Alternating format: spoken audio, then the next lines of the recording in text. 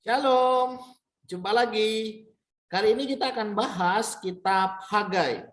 Ya, kitab Hagai masuk di dalam nabi-nabi kecil. Ada 12 nabi kecil di dalam kitab kita. Nah, Hagai adalah salah satunya yang akan kita bahas. Kitab Hagai hanya memiliki 2 pasal dan beberapa ayat di dalamnya. Kitab Hagai tidak terlalu panjang, tetapi walaupun dia tidak terlalu panjang, tapi memiliki makna kebenaran firman Tuhan yang luar biasa. Ada beberapa pelajaran yang bisa kita tangkap dari kitab Hagai. Yang pertama, mereka adalah orang-orang dari pembuangan Babel. Mereka adalah orang-orang yang kembali dari pembuangan, yang kembali untuk membangun bait Allah. Waktu terus berjalan dan ternyata mereka tidak melakukannya. Malah justru mereka bukan membangun bait Allah, tetapi membangun rumah mereka sendiri. Sehingga firman Tuhan datang kepada Hagai. Sehingga Hagai menyampaikan firman Tuhan kepada mereka melalui Zerubabel sebagai pemimpin daerah di sana dan juga imam melalui Yosua yang ada di sana. Nah, melalui mereka lah Nabi Hagai menyampaikan pesan Tuhan. Kenapa pembangunan tidak mereka lakukan? Malah justru rumah mereka lah yang mereka bangun. Nah, ternyata ada pengalaman waktu orang-orang yang kembali pertama itu sebenarnya mereka sudah membangun dasarnya. Mereka sudah membangun fondasinya. Tetapi karena diganggu, diintimidasi ya oleh orang-orang Samaria, akhirnya membuat mereka tidak melanjutkan pembangunan itu. Istilahnya saudara, mereka mengalami keputusasaan. Ya, karena waktu mereka membangun selalu ada aja yang mengganggu, ya. Karena gangguan-gangguan ini akhirnya membuat mereka tidak melanjutkan pembangunan bait Allah. Nah, kurang lebih waktu yang terjadi kurang lebih ini saudara 14 tahun. 14 tahun waktu berjalan dan mereka tidak mengerjakan bait Allah.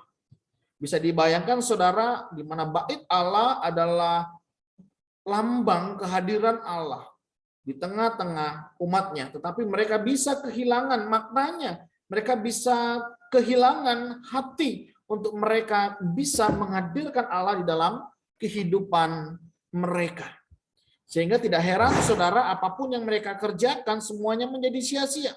Makan tidak menjadi kenyang, minum tidak menjadi puas. Bahkan pakaian yang mereka kenakan tidak memberikan kehangatan. Begitu juga dengan pekerjaan. Walaupun mereka mendapatkannya, tempatnya itu berlobang. Sehingga apapun yang mereka usahakan itu menjadi sia-sia.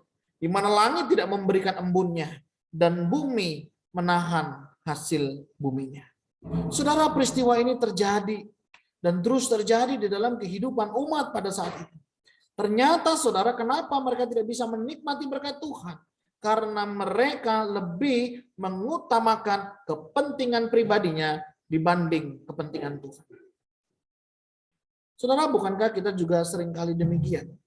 Lebih mementingkan ego kita, kepentingan kita, keegoisan kita dibanding kita memikirkan tentang kepentingan Tuhan di dalam hidup kita. Melalui kitab Hagai kita diingatkan, belajar kembali pada panggilan Tuhan. Apa yang menjadi panggilan Tuhan di dalam kehidupan saudara yang sampai hari ini saudara belum mengerjakannya. Seringkali kita gagal saudara menghadapi panggilan kita karena kita lebih berpusat kepada kesibukan kita. Lebih berpusat kepada ego kita. Sehingga hal ini bisa mengaburkan panggilan kita di hadapan Tuhan. Bangsa Israel mengalami hal itu. Sehingga apapun yang mereka usahakan, apapun yang mereka kerjakan, semuanya menjadi sia-sia. Nah, selain itu juga saudara, apa yang terjadi di dalam kehidupan bangsa Israel ketika mereka melakukan semuanya ini. Otomatis saudara, putus asalah yang ada. Mereka putus asa, saudara, bayangkan 14 tahun mereka tidak bisa membangun bait Allah. Dan akhirnya mereka meninggalkan. Kalaupun mereka berusaha, mereka bekerja, mereka melakukan sesuatu, semuanya menjadi sia-sia. Sehingga firman Tuhan melalui Hagai itu disampaikan. Menarik sekali, saudara. Apa yang membuat menarik? Ketika mereka mendengar firman Allah, ketika mereka mendengar perintah Tuhan, mereka meresponinya dengan baik. Mereka menyadari kesalahannya. Mereka sadar bahwa selama ini mereka terlalu mementingkan kepentingannya. Mereka terlalu sibuk dengan egonya. Sehingga firman Tuhan disampaikan, mereka mau mendengar dan mau melakukannya. Ketika mereka mau melakukannya, Tuhan memberikan semangat baru buat bangsa itu. Yang akhirnya bangsa itu melanjutkan kembali pembangunan itu. Apa, saudara, yang membuat mereka bangun kembali, menjadi bangkit? Yaitu karena Tuhan menyertai mereka. Saudara, penyertaan Tuhan ini penting sekali di dalam kehidupan mereka. Di mana mereka sudah meninggalkan 14 tahun pembangunan itu. Tetapi dengan waktu 4 tahun, mereka bisa menyelesaikan pembangunan Bait Allah yang kedua. Karena apa, saudara? Karena ada penyertaan Tuhan, membuat mereka semangat. Karena ada penyertaan Tuhan, membuat mereka bisa berhasil. Bukankah demikian firman Tuhan? Ketika Tuhan menyertai, Tuhan juga akan memberkati. Daud mengatakan, sekalipun aku berjalan dalam lembah kegelaman, aku tidak takut bahaya karena gadamu dan tongkatmu itu yang menyertai aku. Ketika Tuhan beserta dengan umatnya, Tuhan akan menjaga dan melindungi setiap kita. Amsal juga mengingatkan kita. Mazmur juga mengingatkan kita. Ada begitu banyak firman Tuhan. Ketika Allah beserta kita, siapa lawan kita? Ketika Allah beserta dengan kita, Tuhan yang menjadi pelindung di dalam hidup kita. Nah, saudara, ketika kita hari ini mulai putus asa, kita mulai meninggalkan Tuhan. Mari, saudara, ingat, yakini akan firman Tuhan.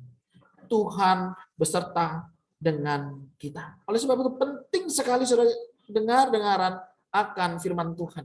Sehingga kita boleh melakukan, meyakini setiap firman Tuhan. Ketika mereka meyakini bahwa Tuhan menyertai mereka, mereka mengerjakan bagian mereka dengan baik, dan Tuhan berkarya, maka pembangunan Bait Allah pun selesai. Saudara, bukankah dalam kehidupan juga demikian? Ketika engkau melibatkan Tuhan, ketika engkau menghadirkan Tuhan dalam pekerjaanmu, dalam rumah tanggamu, dalam keluargamu, dalam karirmu, bukankah Tuhan akan menyertai dan memberkati hidupmu? Kenapa kita tidak melakukannya? Mari, saudara, hadirkan Tuhan di dalam hidupmu. Utamakan Tuhan. Sebagaimana Matius 6 ayat 33, carilah dahulu kerajaan Allah dan kebenarannya, maka semuanya itu akan ditambahkan kebenaran.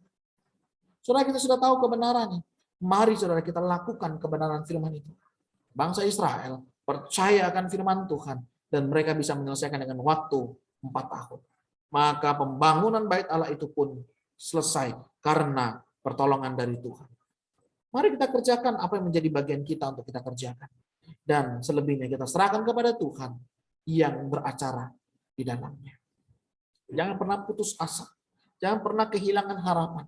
Karena ada Tuhan yang menyertai dan memberkati hidup kita. Yeremia 17 ayat 7 mau mengingatkan kita kembali. Diberkatilah orang yang mengandalkan Tuhan, yang menaruh harapannya kepadanya. Mari, saudara, kita belajar. Hagai, mantan orang buangan, dipakai oleh Tuhan, menyampaikan firman Tuhan, memberi semangat, memberi dorongan, mengingatkan mereka untuk kembali kepada firman Tuhan. Itu bagiannya Hagai. Bagiannya umat, mendengar firman Tuhan, taat dan lakukan. Mereka hidup diberkati. Apa yang menjadi bagian saudara hari ini? Mari kita juga lakukan. Dan jangan lupa, libatkan Tuhan. Dan kiranya Allah senantiasa menyertai, memberkati hidup saudara hari ini sampai selama-lamanya. Tuhan Yesus memberkati.